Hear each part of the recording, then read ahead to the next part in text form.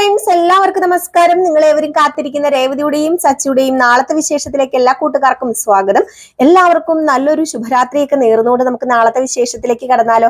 അതിനു മുമ്പായിട്ട് ആരെങ്കിലും നമ്മുടെ ചാനൽ ആദ്യമായിട്ട് കാണുന്നുണ്ടെങ്കിൽ ഒന്ന് സബ്സ്ക്രൈബ് ചെയ്ത് വെക്കണം. അതിനോടൊപ്പം തന്നെ മാക്സിമം എല്ലാവരും ഒരു ലൈക്ക് അടിച്ചിട്ട് വീഡിയോ കാണാൻ വേണ്ടി ശ്രദ്ധിക്കണം. അപ്പൊ നമുക്ക് നേരെ നാളത്തെ വിശേഷത്തിലേക്ക് തന്നെ കടക്കാം.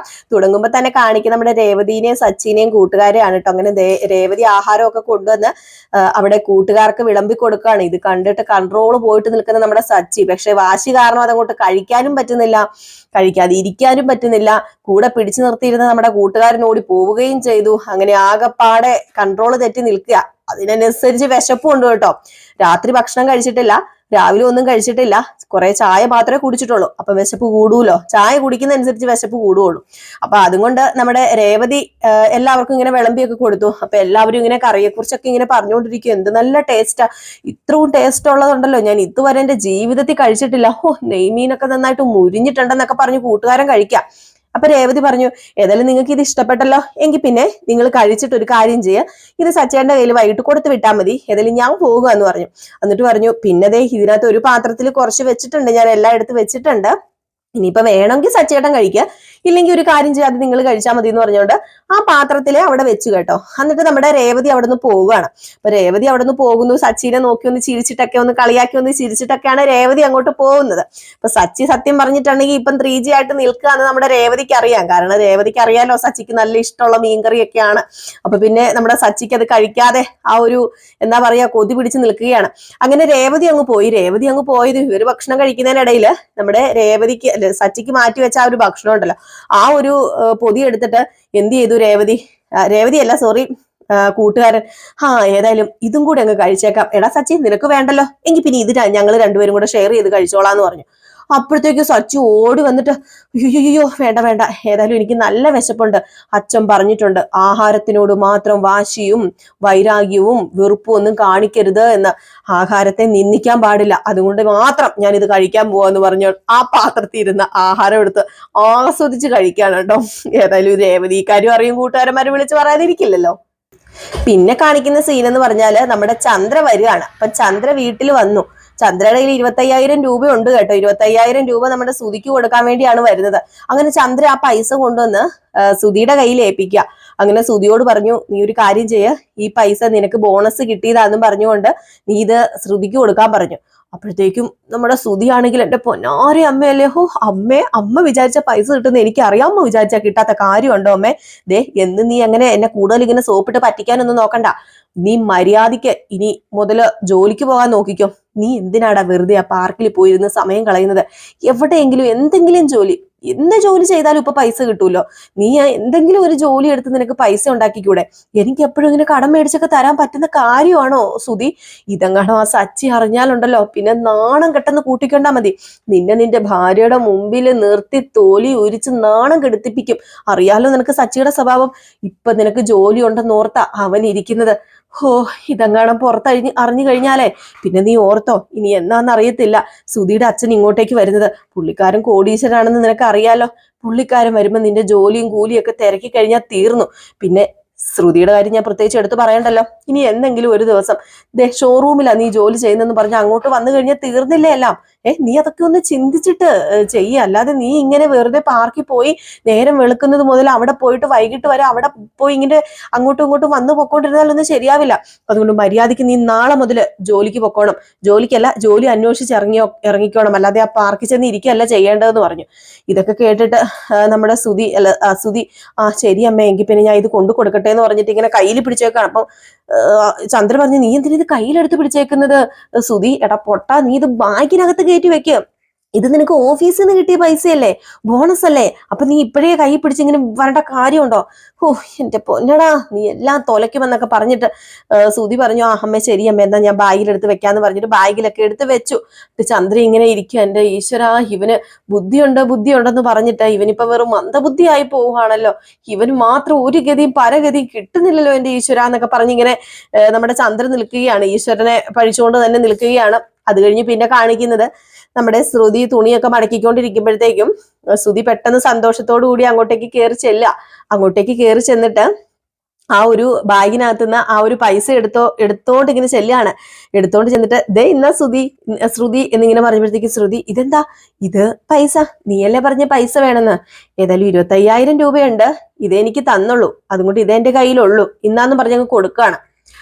ഇത് കൊടുത്തു കഴിഞ്ഞപ്പോഴത്തേക്കും എന്താ നമ്മുടെ ശ്രുതിക്ക് ഭയങ്കര സന്തോഷമായില്ല. ശ്രുതി പറഞ്ഞു എനിക്കറിയായിരുന്നു അല്ലെങ്കിലും നിനക്കിത് കിട്ടുന്നു. ഇതാണ് പറയുന്നത്, നമ്മൾ ഒന്നും ചോദിക്കാതിരിക്കരുത്, നമുക്ക് കിട്ടേണ്ടത് നമ്മൾ ചോദിച്ച് തന്നെ മേടിക്കണം. ശ്രുതി നീയാണെങ്കിൽ ഒരുപാട് കാറൊക്കെ വിൽക്കുന്നുണ്ടല്ലോ, അതുകൊണ്ട് തന്നെ നിന്നോട് ഒരു പ്രത്യേക പരിഗണന കാണും. ഇനി ബോണസും അതുപോലെ തന്നെ ഇൻസെന്റീവും ഒക്കെ അവർ തരാൻ തുടങ്ങും. ഈ ഇൻസെന്റീവ് ഒക്കെ തന്നില്ലെങ്കിൽ നീ പറഞ്ഞ് ചോദിച്ച് അവരോട് അറിഞ്ഞ് നീ എല്ലാം ചെയ്തേക്കണം, അല്ലാതെ അവർ തരുന്ന് പറഞ്ഞുകൊണ്ടിരിക്കരുത്, നമ്മൾ മുൻകൈ എടുത്ത് ചെയ്യണം. ഏതായാലും എനിക്ക് ആശ്വാസമായി.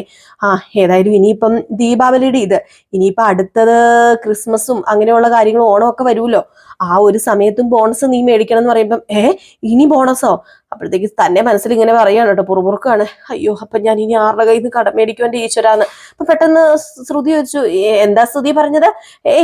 ഒന്നും പറഞ്ഞതല്ല, ഞാൻ മേടിക്കാം, ഞാൻ ചോദിക്കാന്നേ, എങ്കിൽ പിന്നെ ഞാൻ ഫ്രഷ് ആയിട്ട് വരാന്നൊക്കെ പറഞ്ഞിട്ട് ശ്രുതി അങ്ങ് പോയി കഴിഞ്ഞപ്പോഴത്തേക്കും നമ്മുടെ നവീനെ വിളിക്കാണ് കേട്ടോ. ശ്രുതി നവീനെ ഫോൺ എടുത്തിട്ട് വിളിച്ചു. അപ്പൊ നവീനാണെങ്കിൽ ശ്രുതിയുടെ കോള് കണ്ട ഉടനെ ചാടി എടുക്കാണ്. എന്താ ശ്രുതി നീ ഇപ്പൊ ഇങ്ങോട്ടേക്ക് വിളിക്കണത്?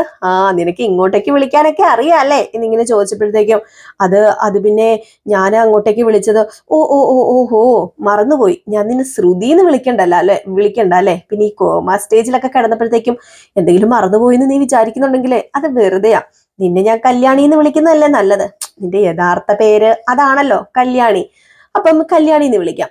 എങ്കിൽ പിന്നെ പറ കല്യാണി എന്താ ഇങ്ങോട്ടേക്ക് വിളിച്ചത്?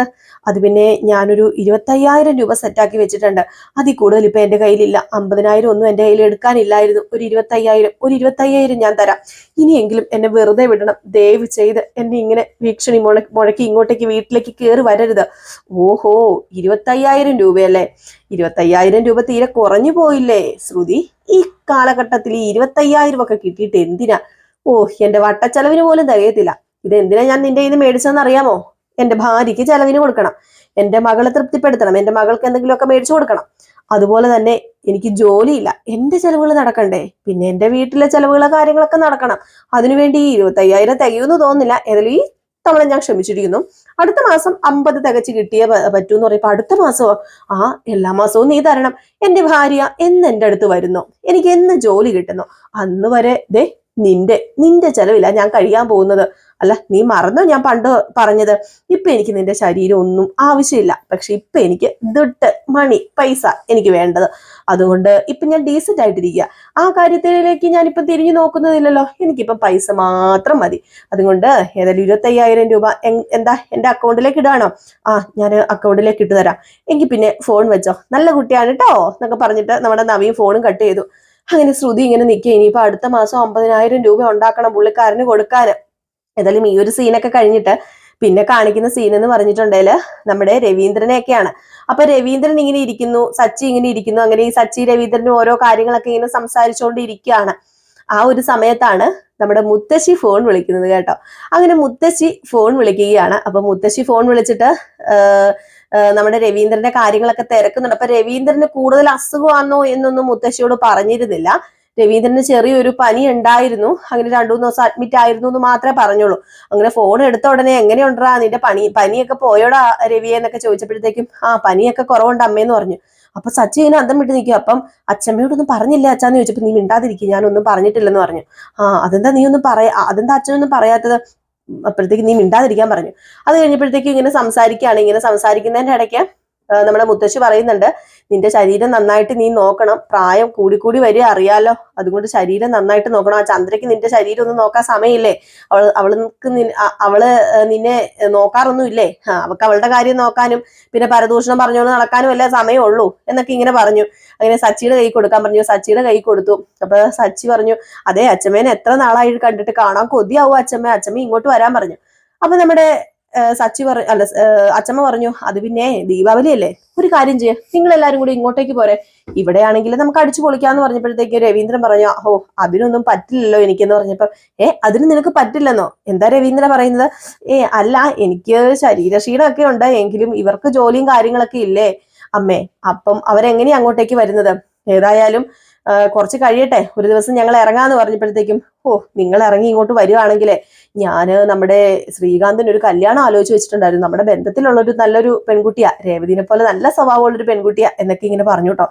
ഇത് കേട്ടപ്പോ രവീന്ദ്രൻ ഞെട്ടിപ്പോയി, സച്ചിയൊക്കെ ഞെട്ടിപ്പോയി. നമ്മുടെ അച്ഛമ്മ ഇതുവരെ അറിഞ്ഞിട്ടില്ലല്ലോ കാര്യങ്ങളൊന്നും. എന്ത് കാര്യങ്ങള്? വേറൊരു കാര്യവുമല്ല, നമ്മുടെ ശ്രീകാന്ത് ഇങ്ങനെ പോയതൊന്നും. അപ്പൊ അതുകൊണ്ട് മിണ്ടണ്ട പറയണ്ട എന്നിങ്ങനെ രവീന്ദ്രൻ പറഞ്ഞു കേട്ടോ. ഏതായാലും ഫോണൊക്കെ സംസാരിച്ചിട്ട് ഫോണൊക്കെ കട്ട് ചെയ്തപ്പോഴത്തേക്കും സച്ചി പറഞ്ഞു, അച്ഛാ എങ്ങനെയാ അച്ഛാ പറയാതിരിക്കുന്നത്? ശ്രീകാന്തിന്റെ കാര്യം പറയണ്ടേ? അത് പറയാതിരിക്കുന്നത് എങ്ങനെയാന്ന് ചോദിച്ചു. പറഞ്ഞു, അത് ഇപ്പൊ പറയണ്ട, നിനക്കറിയില്ല, അമ്മയ്ക്ക് പ്രായമൊക്കെ ആയിട്ടിരിക്കുക, വെറുതെ എന്തിനാ നമ്മൾ വിഷമം ഉണ്ടാക്കി കൊടുക്കുന്നത്.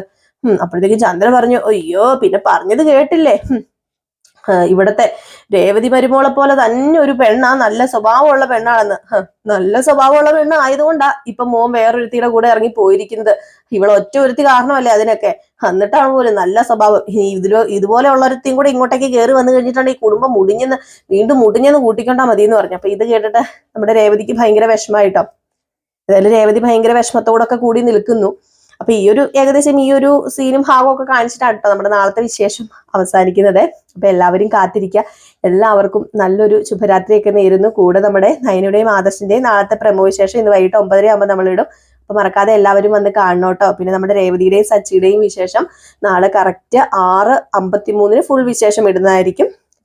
നയനയുടെയും ആദർശിന്റെയും ഫുൾ വിശേഷം 7:30 ഇടുന്നതായിരിക്കും. ആദ്യമായിട്ട് ആരെങ്കിലും നമ്മുടെ ചാനൽ കാണുന്നുണ്ടെങ്കിൽ അവരറിയാൻ വേണ്ടി ഒന്ന് പറഞ്ഞതാണ് കേട്ടോ. അപ്പൊ എല്ലാവർക്കും നല്ലൊരു രാത്രിയൊക്കെ ആശംസിച്ചുകൊണ്ട് നിർത്തുന്നു. Tata, bye bye.